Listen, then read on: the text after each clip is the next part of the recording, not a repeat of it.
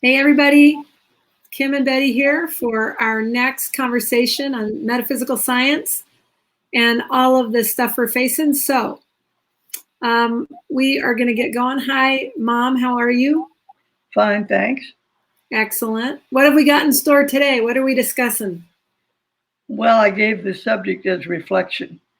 Yes, I think I said we're going to be talking about metaphysical science and isolation. It's time for reflection, isolation. All right. Margaret Laird says reflection is oneness. And I got to thinking about that. And since man is the expression of God's being, God being and man is all one event, one action, one presence. So reflection is oneness. So it has no desire or power, no reaction, because there isn't any other existing out there. That's the way it looks. It is not the way it is. If you have a question about that, why, how do they do? Type it up or put it in? Well, just put a comment in the comments area for where this is on Facebook, and they will come in. They'll be delayed a little bit, so go ahead and stack them up, and as we see them, we'll come back to them. Yeah. And give us all the likes and loves and all that kind of stuff too. So fun. Okay. So anyway, the world that we walk through, the world that we live in as a human daily experience, is all a language world. It's a world in which we see what makes us comfortable to see. What you see and what I see are entirely different, although they may have dimensions similar, like you think you see people, I think I see people. But in fact, what I see is unique to me, and what you see is unique to you. And each one of us generates the language that has us be comfortable with the world we walk through. What we're doing is self, capital S, self-discovering. It's like mind self-revealing. And mind self-revealing is man being. So one thing going on, the action is always divine. The appearance is whatever makes you comfortable, whatever is understandable to you. Does that make sense? Mm-hmm.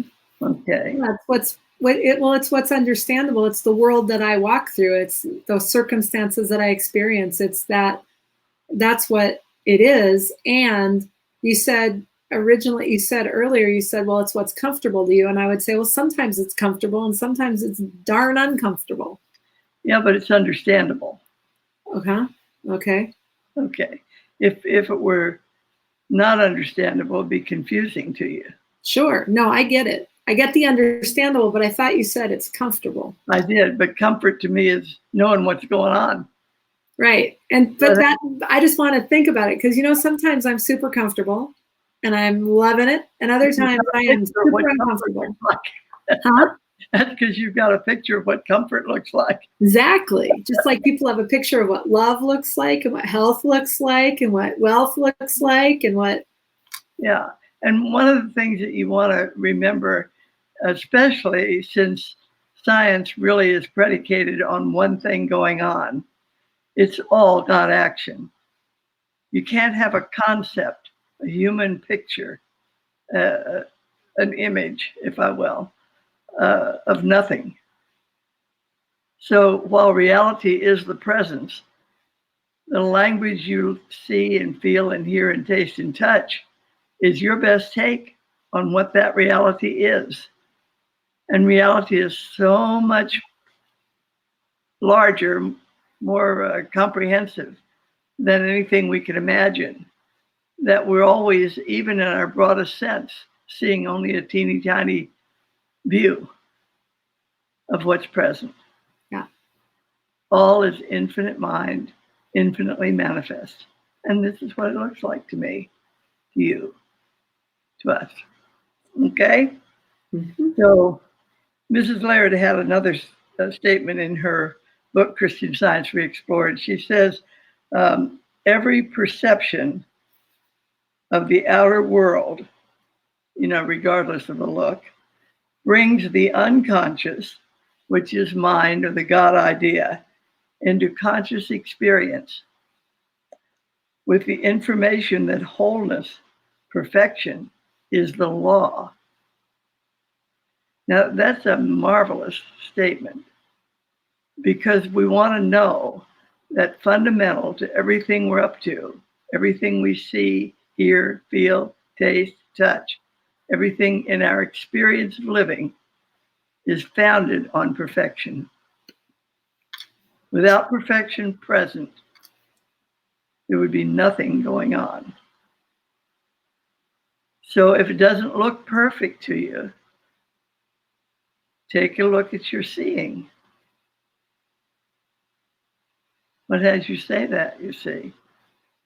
Who says it's not perfect? What do I think perfection is supposed to look like? My concept? Or is perfection something I haven't really begun to touch the hem of yet? This is the science which identifies the perceived objective with and as the perceiving. The physicists have shown us that without an observer, there's nothing to observe. They're saying that in her own different language. Yeah, I be my own perception. It's as you say. Remember that story about the judge holding a bird in his hand and saying, is the bird alive or dead? And the astute listener said, it's as you say, Judge. I like the one of the umpires where, what is it? The rookie umpire says, so there's umpires in baseball and the pitch, and they call the strikes and all that. Yeah. So a rookie umpire said, I call it like it is. And an experienced umpire says, I call them like I see them. Mm-hmm. And the master umpire says, it ain't nothing till I call it. Very good. Same idea. So I be my perception. We really don't recognize fully enough that what is occurring in our everyday experience has been put in motion by who we're being, consciously being, or unconsciously being. When I'm consciously being self-aware, things appear less problematic to me. When I'm unconsciously going along with the flow of things, who knows where it's going to go? Right. Yeah. We had a quote today on the webinar that I led, and it was, when you don't know where you're going, any plan will do. Yeah. And the other thing is, if you don't know where you are, you can't go anywhere. Or there's this other one. You can go, if you want to go east, you can head east, and you can head east, and you can head east, or you can just turn around and you're as far east as you could ever be. That's right. Then you're going west and going west and going west till you turn back around. That's right. Yeah. Okay. You can all tell that Kim and I have played this game before. That's right. So Mrs. Laird also says, who dares to say that matter exists without mind? I am self-consciously being mind, conscious identity. I learn what I am: intelligence, beauty, the all, whole, infinity. In this knowledge of myself, capital S, as understanding, rather than as a person who understands the concepts, fades. In this being of myself as reflection, I'm no longer I, but mind itself. That means I don't look to any power or authority outside of my own being. We're self-responsible, you see. And our own being is unconditioned thinking. And she said in here, we don't look to it for protection and direction.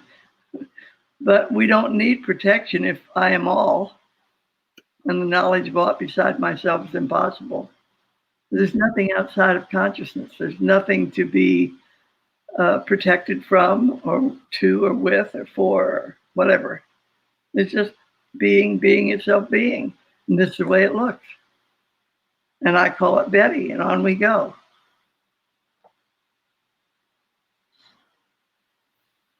This sort of connects directly with Mrs. Eddy's statement about mind, God, is the source and condition of all existence. Then she says also, and this is really like a suffer to be so now. It's kind of a statement of the way it works, the way it looks. She says, hold thought steadfastly to the enduring, the good, and the true, and you will bring these into your experience proportionably to their occupancy of your thoughts. Yeah. It's kind of like a little formula. If I'm holding to the facts of being, the fiction of the look is going to be no problem.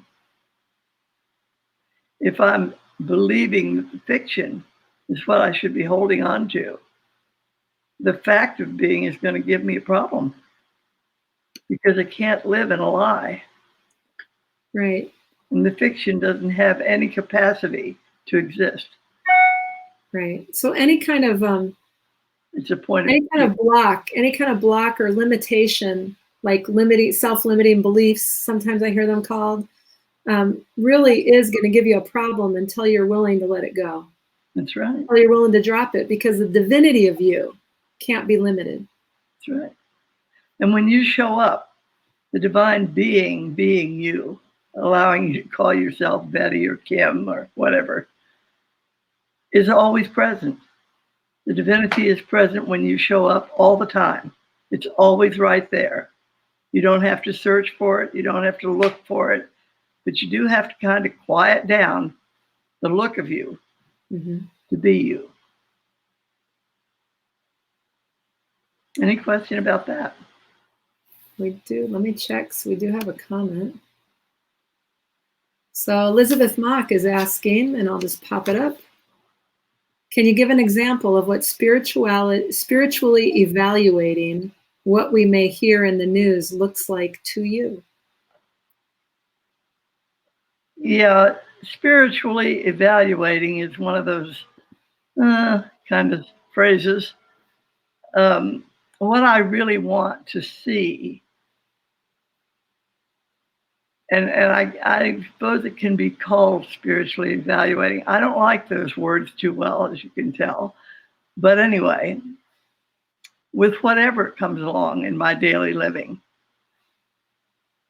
I want to say,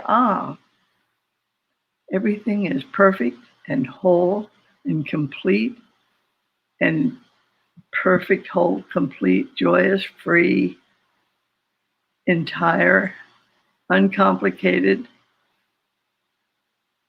That's just the way being is. And this is what it looks like.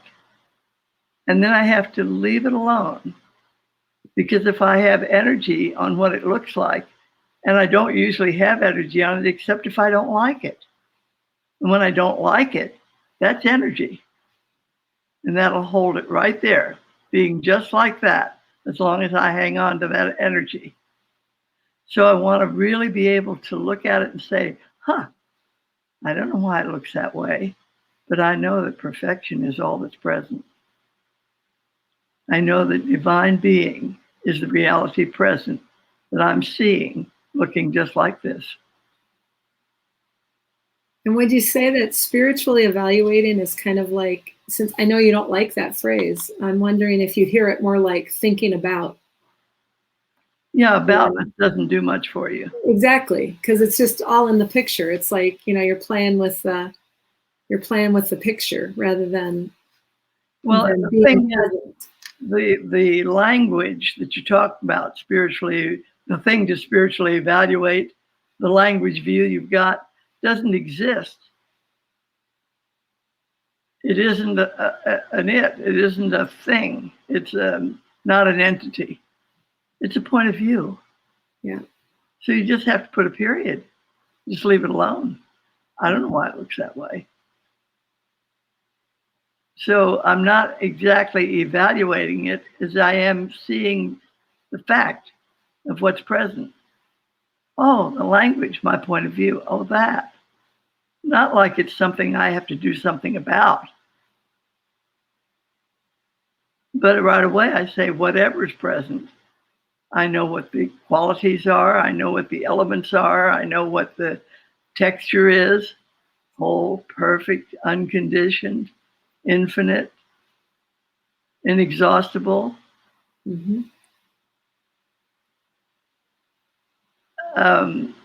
So knowing what the facts are is a matter of establishing what's present. It's not a matter of evaluating what I see. So I really want to let go of this idea that I'm going to evaluate the picture, because that gives it energy and has it persist. Whereas, oh, that's the way it looks. What's the fact? What's going on here? And allowing it to look however it looks, it presents no problem to me. It may still look that way. I may still look out the door in the morning and see the same garden that I see when I open it today, but it won't be a problem. Mm-hmm. It'll just be the way it looks. It's just being permissive, allowing things to be, Yep. And walking on. That's right. And when I take thought about it and I have a problem with it, or I have an argument with it, or I have a judgment about it, or an evaluation about it, I can just say thank you for sharing and keep walking. That's a good approach. Yeah. The fact of the matter is that if it gets my attention negatively, then I've got energy on it, and it's going to persist annoying me, right, until I see what the fact is and leave it alone. Right. Elizabeth, did that help? I don't know whether it did or not. I'm sure it did. We've gotten some likes and a love and a like and a who knows. But anyone can comment again. Elizabeth, you can comment again and say. But either way, what else you got? We have about probably 5 more minutes, unless you don't have anything more. But about 5 more minutes. It's a discipline. I'll put it that way, to do this on a short little half hour, because having very little time to say something, you have to really figure out what it is you want to say. And it's been fun for me. I usually have a lot longer and can ramble around more, but anyway. Science is the opportunity that I have as a human being to live myself magnificently. Unblemished, untarnished, unimpeded, free, whole, clear. The challenge is always there. The opportunity is always there. And I bring to it whatever I have currently going on with myself. So I like to really step forth with the joy that all is well.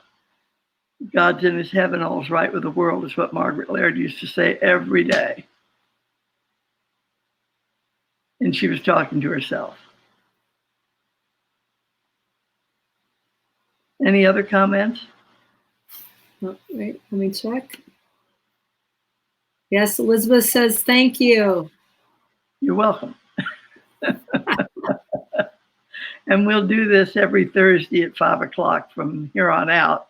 I try to get the information to Kim in order to get an email out ahead of time. Sometimes that works, sometimes it doesn't. But I'm learning to be a better computer student. Right. And if you're interested and you go to scientificmetaphysics.org, so scientificmetaphysics.org. Oh, one other thing I want to say. Can I say it? Yeah. Yeah, if you haven't seen the newest newsletter called The Rethink Quarterly, it is fabulous. Truly, truly wonderful.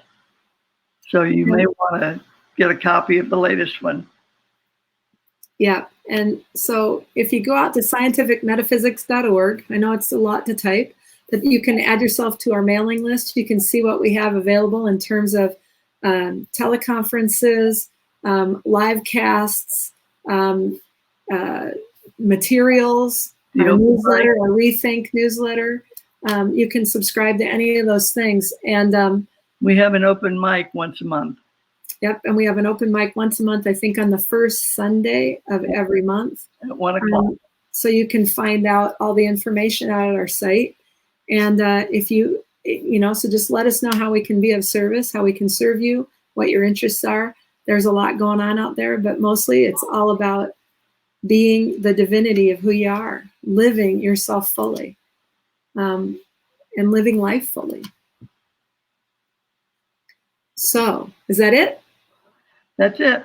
Okay, we'll see you again next week. Same bat channel, same bat time at 5 p.m. Pacific, 7 p.m. Central.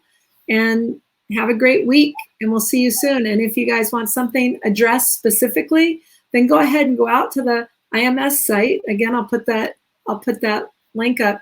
Go out to the IMS site, and you can go to contact us, and you can send us a message and say, ooh, on the live cast, I'd really like you to cover XYZ, and we'll take that in and bring it into another live cast. All right. So again, we'll see you guys next week. Thanks a lot, Mom, and take care. Okay.